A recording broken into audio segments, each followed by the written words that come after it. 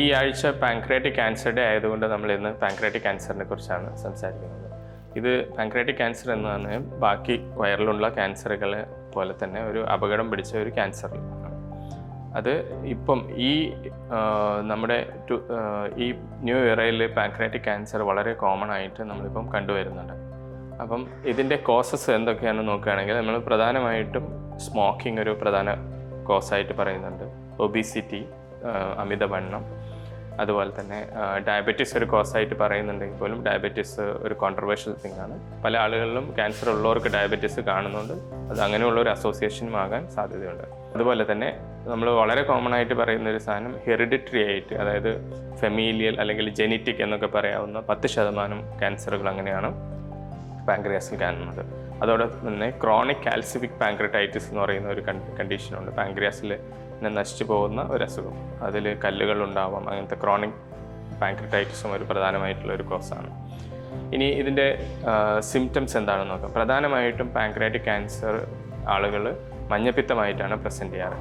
അതിൻ്റെ പ്രധാന കാരണം നമ്മുടെ പിത്തനാളിക അല്ലെങ്കിൽ പിത്തക്കുഴൽ പാൻക്രിയാസിൻ്റെ ഹെഡ് ഭാഗത്തിലൂടെ പോകുന്നത് കൊണ്ട് അതിന് ബ്ലോക്ക് വരികയാണ് പ്രധാനമായിട്ടും വരുന്നത്. അപ്പോഴാണ് മഞ്ഞപ്പിത്തമായി പ്രസൻറ്റ് ചെയ്യുന്നത്. പിന്നെ വിശപ്പില്ലായ്മ, അതുപോലെ തന്നെ അകാരണമായിട്ട് വെയിറ്റ് ലോസ്, അതുപോലെ വയറിലുണ്ടാകുന്ന നോൺ സ്പെസിഫിക് ആയിട്ടുള്ള അസ്വസ്ഥതകൾ, വയറ് വീർക്കൽ അല്ലെങ്കിൽ വയറുവേദന, അങ്ങനെയൊക്കെ പ്രസൻറ്റ് ചെയ്യാം. പിന്നെ ചില ആളുകൾക്ക് ലക്ഷണങ്ങളൊന്നും തന്നെ കാണിക്കാതെ വേറെ പല സ്കാനുകൾ എടുക്കുമ്പോഴും അങ്ങനെയും കാണാറുണ്ട്.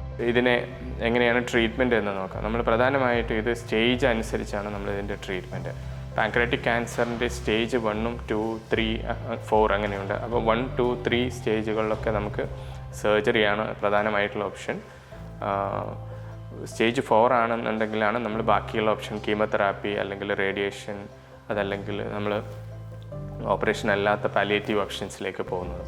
അപ്പോൾ നമ്മൾ നേരത്തെ ഐഡൻറ്റിഫൈ ചെയ്യുക, അതിനെ സ്കാൻ വെച്ചിട്ട് അതിനെ സ്റ്റേജ് ചെയ്യുക. ഓപ്പറബിൾ സ്റ്റേജ് ആണെങ്കിൽ അതിനെ കംപ്ലീറ്റ് റിമൂവ് ചെയ്യുക. സ്റ്റേജ് അനുസരിച്ച് പിന്നീട് വരാതിരിക്കാൻ വേണ്ടി കീമോതെറാപ്പി, റേഡിയോതെറാപ്പി പോലുള്ള ചികിത്സകളും ചില ആളുകൾക്ക് സ്റ്റേജ് അനുസരിച്ച് തുടർന്ന് എടുക്കേണ്ട ആവശ്യമുണ്ട്.